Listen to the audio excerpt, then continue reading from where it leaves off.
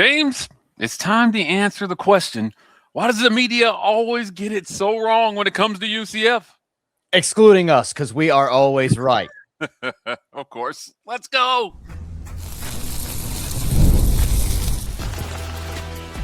You are Locked On UCF, your daily podcast on the UCF Knights, part of the Locked On Podcast Network, your team every day. Welcome on into Locked On UCF, your daily UCF podcast. I'm your host, Mike G. Turn us on, turn us up. We'll turn it out. I'm here with my good friend, James Duncan, UCF sports commentator, coach, host here at Locked On UCF. Talk a little UCF football here tonight. On today's show, James, why does the media get it wrong so much when it comes to UCF? We'll talk about that, but we're also going to talk about what's missing in the numbers about UCF's potential this season. Guys, don't forget to like and subscribe to the channel. Your likes and subscribes help keep us the number one source of UCF football content out there anywhere. Let's start at the top. What's missing in the numbers? The quick box watchers, the people who only look at the stats and then decide what a game was or what wasn't, what a team is or isn't, they get on my nerves. Yes, I understand this was not a 8-win football team last year. They improved by a game. It didn't really move the needle much, but you have to watch the games. You have to watch the games. If you're not watching the games, you're not going to get a lot of what we're talking about. That's why the show exists. I'll give you a perfect example. On our last episode, we talked about Josh Derry. PFF put out a stat saying he is the highest graded returning Big 12 receiver. We've been talking about Josh Derry for months. Now PFF is coming out and saying, oh, wait, this guy might be pretty good when you watch his tape. We told you that months ago. We knew how good Josh Derry was going to be here at Locked On UCF. You know who else underrates Josh Derry is NCAA College Football 27. And I hope that they get on there and they change that man's rating, because he is like the wide receiver 6 on this football team. I think he's like a 70 overall. He might even be lower than that. And I'm sitting there like, this guy's going to be the guy next year. And I want to talk about, how excited I am, because we're going to be able to see what was missing and what we didn't have last year, because fall camp is coming up. It's coming up on Monday. Yeah, it's coming up fast. You can't look at the 5 wins and say, oh, well, UCF fans will take 6 and 6. This narrative drives me nuts. You know why? Because although they came up short of a bowl game the last couple of years, those teams were actually capable of much more than they ended up accomplishing. So you had to coach those teams down to where they were.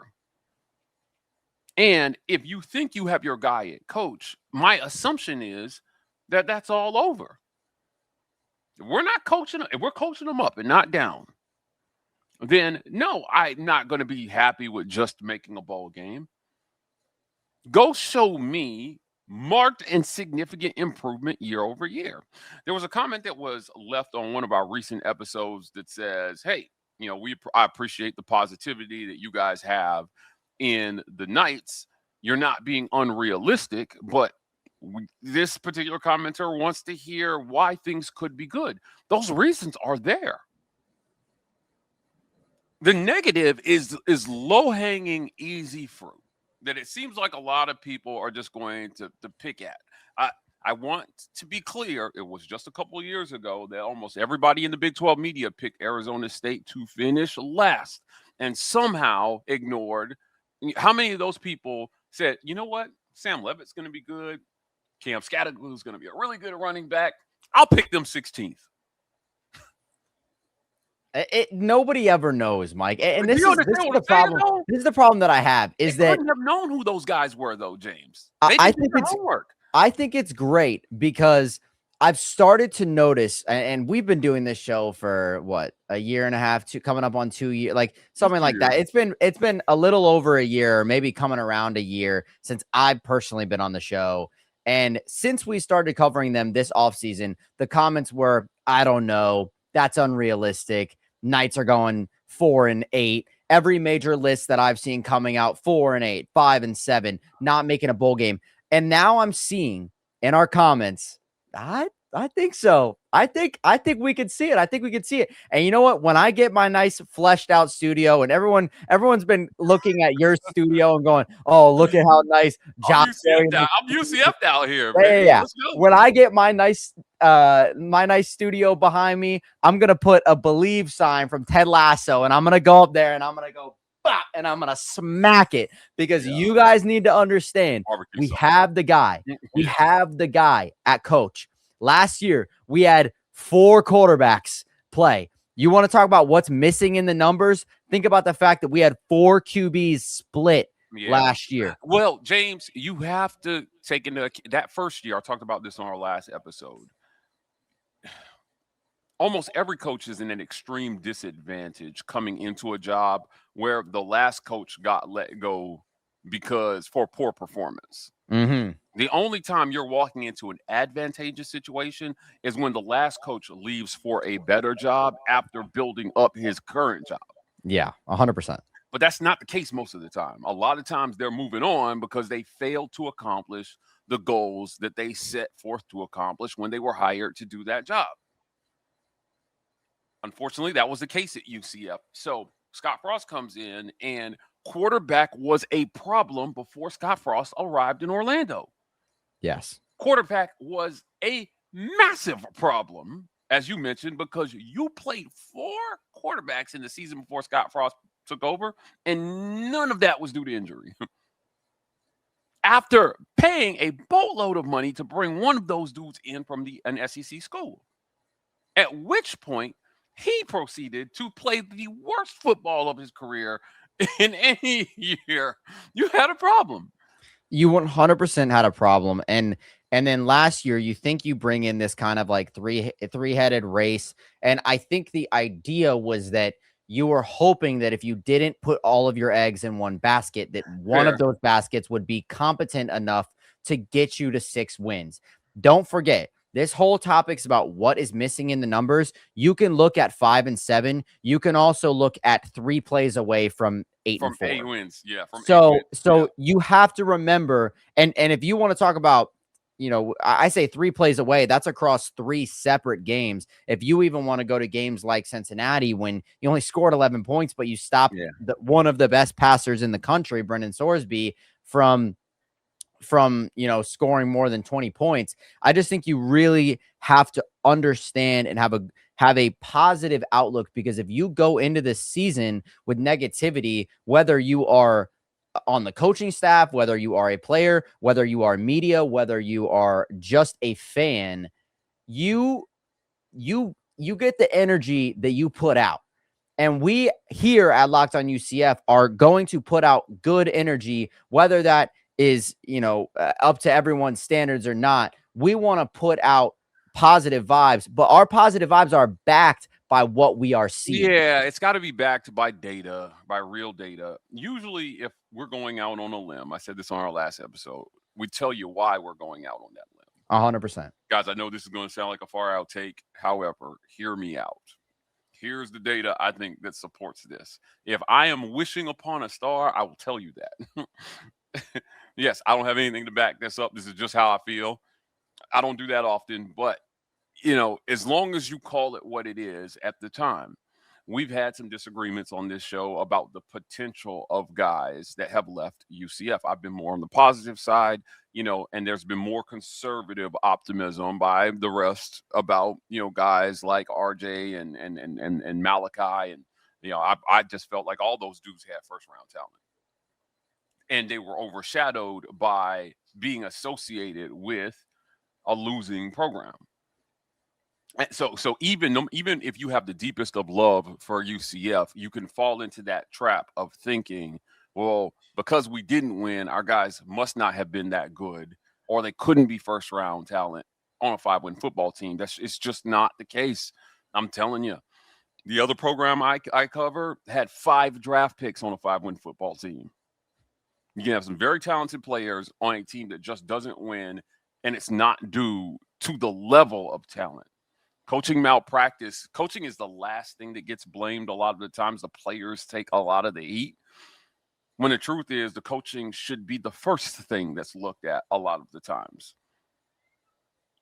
So hopefully we're done with that in Orlando. Hopefully we're done with coaching being the issue. If Alonza Barnett is the guy, if Josh Derry is a guy, if Tyron Horns ends up being a guy, this offense is going to be leaps and bounds better than what we saw last year. And it will not take much for them to jump from 5 wins to 8. Look, let's get to our first break. And when we come back, I just want to answer a simple question about why the media gets this wrong so much.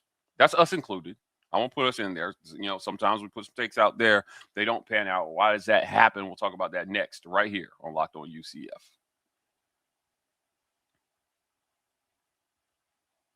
This episode of Locked On UCF is brought to you by our friends at Indeed and Indeed sponsored jobs, guys. When workplace chaos hits and you need the right hire, Indeed sponsored jobs helps connect employers with candidates who match specific needs like skills, certifications, and a location. So less time gets spent searching and more time gets spent finding the right fit, guys. In the minute we've been talking, companies just like yours made over 27 hires on Indeed, according to Indeed data worldwide. Spend less time searching and more time actually interviewing candidates who check all your boxes. I'm talking less stress, less time, more results. When you need the right hire to cut through the chaos, this is the job for Indeed sponsored jobs.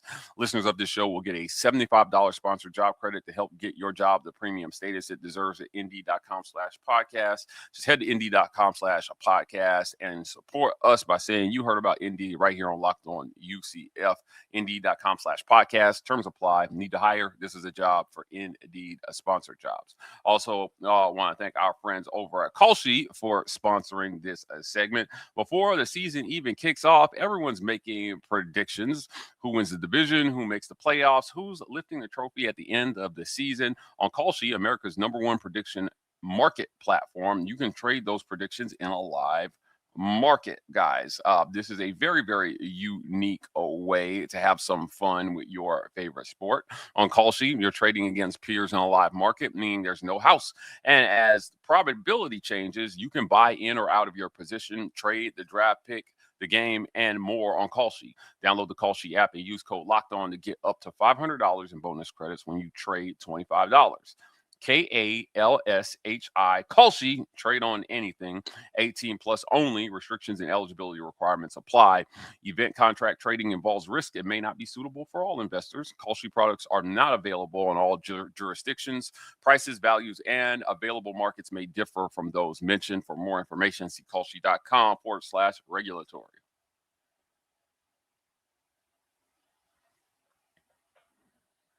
Quick segment. I wanted to end talking about why the media gets this so wrong. I'm going to be very clear and to the point about this. Guys, you have your choice and who you choose to listen to. And what I said to the commenter that commented, hey, man, thanks for all the hard work. It was like, hey, man, I appreciate the opportunity that we have to earn your listens. Now, how could we earn a listen? Well, by giving sound takes based in reality, but by showing them that you're willing to do the work. I'm not going to harp on this, but again, on the last show, I talked a lot about a lot of the backlash I got when I took over the channel, saying, oh, the Auburn guy who's taking over the channel. It's the end of the world. No, man, most people who cover your school didn't go to your school. What I hope people see when they watch the channel is that we do the work. If you watch other Locked On channels, you might notice we do more graphics than almost any other Locked On channel that you watch. The reason is because we want you to see the data that we're talking about, see where it's sourced, and then decide for yourself how you feel about it. You don't have to agree with us, but we're not going to hide from what we're talking about. We're going to show you. And if that takes me and you, James, getting on about 45 minutes before we record a podcast, gathering data, and then making graphics to show the listeners, that's what we're going to do. Yeah, I think they get it wrong because you're talking about things that you have not done the homework on. Yeah, and you know, here we do like to make a fun take every once in a while. Yeah, but like, you know, we actually really do. We look at all these things and we like to make these graphics and we like to to make it so that the media that we're delivering you guys is fun to watch, but also informative, and takes are personable, but they are also relatively factual. They are always based in something that we are looking at. And Mike, I think people gave you a lot of hit for being an Auburn guy, because the last time an Auburn guy came over to UCF, it didn't turn out great for the program. So, my friend. So but tragic. listen, we got Scotty now. Guys, like Mike said, like, we appreciate the ability to earn your listen here at Locked On UCF. And we do understand that one of the things that the media gets wrong about this UCF team is that they are underestimating us this season, and they are also only looking at the numbers from last season and not looking at incoming guys like Josh Derry, like Alonza Barnett, like Duke Watson. These guys are going to make an impact on this team, and that's what I'll leave today on. But we appreciate you guys here at Locked On UCF. The how and the why matters, James. How you get there, and so that's the story I think we've been telling all season. Is this is how UCF got to 5-7 last year.